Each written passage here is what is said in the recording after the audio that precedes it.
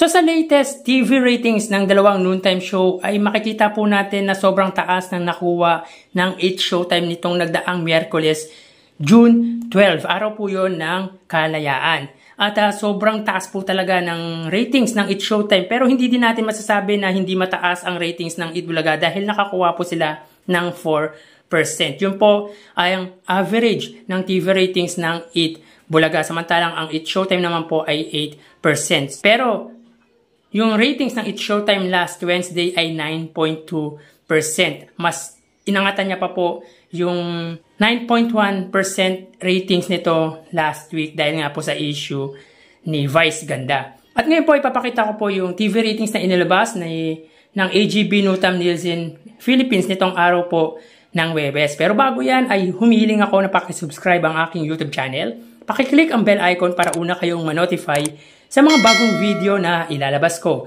At pakidamay nyo na din na i-follow ang aking Facebook page na Mega TV at Kaparokya TV para naman po sa aking TikTok account. Salamat! So yun nga mga kaparokya, quick recap po tayo. Sa nagdaang TV ratings nitong Miyerkules, ang 8 showtime po ay may 9.2%. Samantalang ang 8 Bulaga naman po ay may 4%. So ibig sabihin ay na-meet po ng dalawang noontime show ang kanilang TV ratings average, which are 8% para po sa 8 showtime at 4% naman po para sa 8 Bulaga. And obviously, makukuha po talaga nila yon dahil holiday po yan. Wala pong pasok ang karamihan. So dito naman po para po sa araw ng Webes, June 13, may kita po natin dito na ang 8 showtime po ay may 8.2% at ang 8 Bulaga po ay may 3.7%. So dito, 4.5% po ang inilamang ng 8 showtime pagdating sa TV ratings against 8 Bulaga. Pero kung mapapansin nyo mga kaparokya, ang 8 showtime po ay nabawasan ng 1% mula noong Miyerkules, June 12 TV rating. Samantalang ang 8 Bulaga naman po ay 0.3% ang nabawas mula po noong June 12 TV ratings. Pero dito mga kaparokya, may kita po natin na na-meet po ng 8 showtime yung 8% TV ratings average nila, samantalang ang 8 Bulaga po ay hindi. So dito bibigay po natin na talagang panalo po ang 8 showtime pagdating sa may TV ratings para po sa araw ng Webes, June 13. Ang GMA ang siyang mataas na ibinigay para sa TV ratings ng 8 showtime na may 6%. Ang GTV na may 1%, ang A2Z na may 0.9% at ang Kapamilya Channel ay may 0.3%. So pagdating naman po sa 8 Bulaga, ang TV5 ay may 3.3%. So napapansin natin mga kaparokya, ang TV5 po ay hindi po nila ma-meet yung TV average nila na 3.5% pataas. Samantalang ang RPTV ay may 0.4%.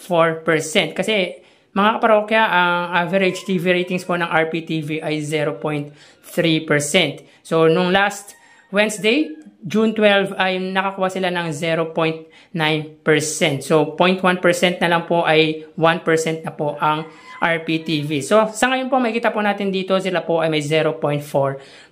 So above TV ratings po ng RPTV ang nakuha nila para po sa araw ng Webes, June 13. Again, 4.5% po ang iniangat ng 8 showtime sa 8 Bulaga pagdating sa may TV ratings nitong araw po ng Webes, June 13. So samantala nag-live po kahapon si Willie Revillame at nalaman po natin na sa July 14 po mag-i-start ang kanyang show sa TV5 na pinamagatang Will to Win. Tama po mga kaparokya, hindi na po wawawin ang gagamitin ni Willie Revillame sa TV5 kundi ang Will to Win. At ang maganda daw dito ay lalabas din po sila tulad nung sa 8 Bulaga na Sugod mga kapatid. At kailangan din daw tumutok sa mga programa ng TV5 dahil magtatanong daw po sila sa mga callers or sa mga tatawagan nila kung anong nangyari or kung sino ang guest sa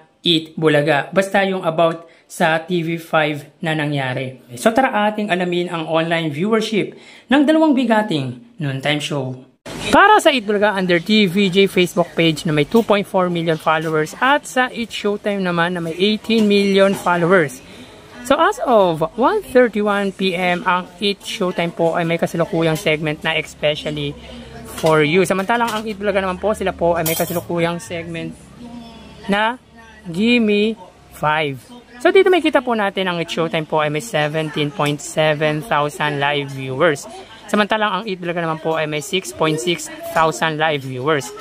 So kung titingnan po natin ay medyo mababa po ang viewers ng Eat Showtime, lalo na't Sabado po dahil usually ay umabot po ng 30,000 viewers po yan, lalo pat nandyan po si Vice Ganda. Pero ngayon po may kita po natin na 17,000 viewers lang po ang Eat Showtime as of 1:32. At dito may kita po natin mga kaparokya, ang angat po ng Eat Showtime sa Eat Bulaga ay 11,000 live viewers. So mapunta naman po tayo sa TV Network YouTube channel at unahin po natin ang Eat Bulaga, under po yan sa TV5 Philippines na may kasalukuyang subscribers na 1.83 million subscribers. Ang Eat Showtime naman under GMA Network YouTube channel na may kasalukuyang subscribers na 35.5 million subscribers. So as of 1:33 PM, ang Eat Showtime under GMA Network, sila po ay may 17,000 viewers. Samantalang ang Eat Bulaga under TV5 naman ay may 47,000 live viewers.